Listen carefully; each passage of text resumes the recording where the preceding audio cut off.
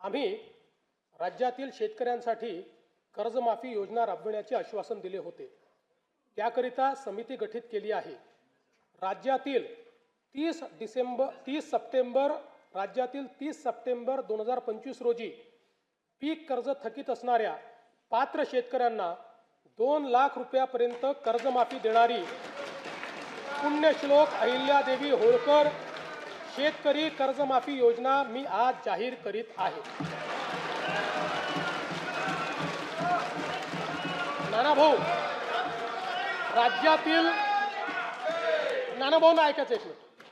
राज्यातील 30 सप्टेंबर 2025 रोजी पीक कर्ज थकीत असणाऱ्या पात्र शेतकऱ्यांना 2 लाख रुपयापर्यंत कर्जमाफी देणारी पुण्यश्लोक अहिल्यादेवी होळकर शेतकरी कर्जमाफी योजना मी आज जाहीर करत आहे। जे शेतकरी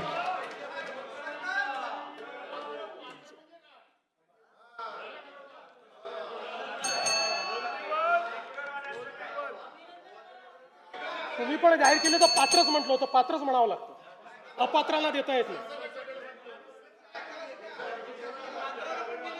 ऐका पुढे, अजून संपलं नाहीये। अरे अजून संपलं नाही, थांबा रे बाबा, शांत बसा, शांत बसा।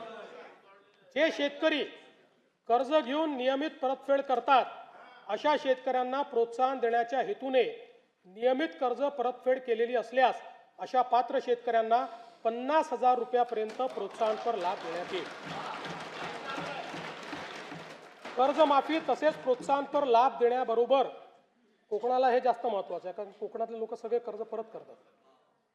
कर्जमाफी तसेच प्रोत्साहनपर लाभ देण्याबरोबरच राज्यातील बँकिंग यंत्रणा सक्षम असावी यासाठी समितीच्या शिफारसीतील निकषानुसार निर्णय घेण्यात येईल। शेतकरी वारंवार कर्जबाजारी न होता त्याला कायमस्वरूपी कर्जमुक्त करण्याचा शासनाचा संकल्प असून याबाबत समितीच्या शिफारसी अनुसार दीर्घकालीन उपाययोजना करण्यात येत आहेत। अनुसूचित जाती घटकांच्या सर्वांगीण विकासासाठी राजश्री शाहू महाराज शिष्यवृत्ती योजना, विद्यार्थी वसतिगृहे, भारतरत्न डॉक्टर बाबासाहेब आंबेडकर कृषी स्वावलंबन योजना, लोक साहित्यरत्न लोकशाहीर अण्णाभाऊ साठे नागरी वस्ती सुधार योजना इत्यादी योजना राबविण्यात येत आहेत।